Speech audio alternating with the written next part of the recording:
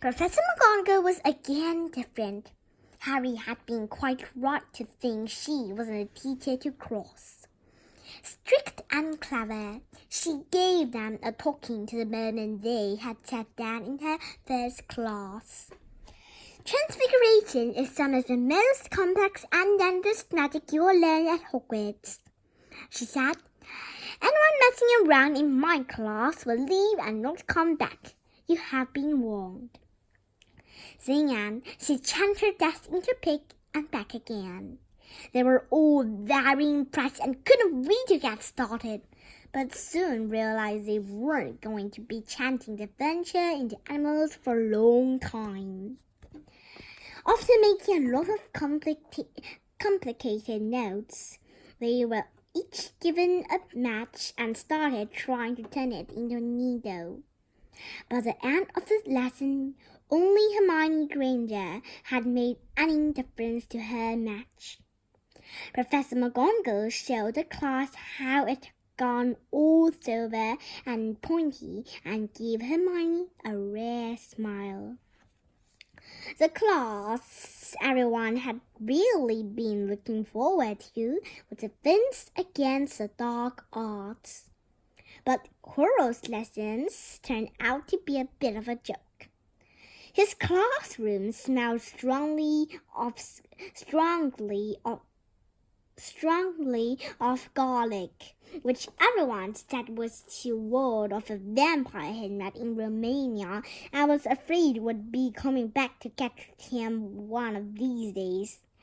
His turban, he told them, had been given to him by an African prince as a thank you for getting rid of a troublesome zombie. But they weren't sure they believed this story. For one thing, when Seamus Finnegan asked eagerly to hear how Quirrell had thought of the zombie, Quirrell went pink and started talking about the weather. For another, they had noticed that a funny smell hung around the turban, and the Weasley twins insisted that it was stuffed full of garlic as well, so that Quirrell was protected wherever he went. Harry was very relieved to find out that he was miles behind everyone else. Lots of people had come from Muggle families and, like him, hadn't had any idea that they were witches and wizards. There was so much to learn that even people like Ron didn't have much of a head start. Friday was an important day for Harry and Ron. They finally managed to find their way down to the Great Hall for breakfast without getting lost once. "What have we got today?" Harry asked Ron as he poured sugar on his porridge.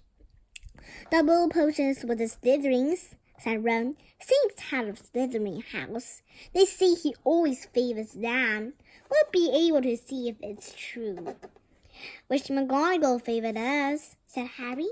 Professor McGonagall was head of Gryffindor House, but it hadn't stopped her giving them a huge pile of homework the day before. Just then, the post arrived. Harry had got used to this by now, but it had given him a bit of a shock on the first morning when about 100 owls had suddenly screamed in the Great Hall during breakfast, circling the tables until they saw their owners and dropping letters and packages onto their laps.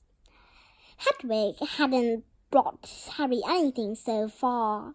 She sometimes flew in to nibble his ear and have a bit of toast before going off to sleep in the aviary with the other school owls. This morning, however, he fluttered down between the marmalade and the sugar bowl and dropped a note onto Harry's plate. Harry tore it open at once. "Dear Harry," it said in a very untidy growl, "I know you get Friday afternoons off, so would you like to come and have a cup of tea with me around 3? I want to hear all about your first week. Send an answer back with Hagrid. Harry borrowed Ron's quill, scribbled, "Yes, please, see you later," on the back of the note and sent Harry off again. It was lucky that Harry had a key with Hagrid to look forward to, because the potions lesson turned out to be the worst thing that had happened to him so far. At the start of the term banquet, Harry had got the idea that Professor Snape disliked him.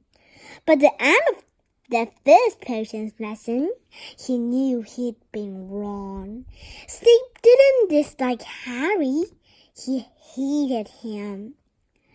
Potions lessons took place down in one of the dungeons. It was colder here than up in the main castle, and would have been quite creepy enough without the pickled animals floating in glass jars all around the walls. Snape, like Flitwick, started the class by taking the register, and like Flitwick, he paused at Harry's name. "Ah, yes," he said softly. "Harry Potter, our new celebrity."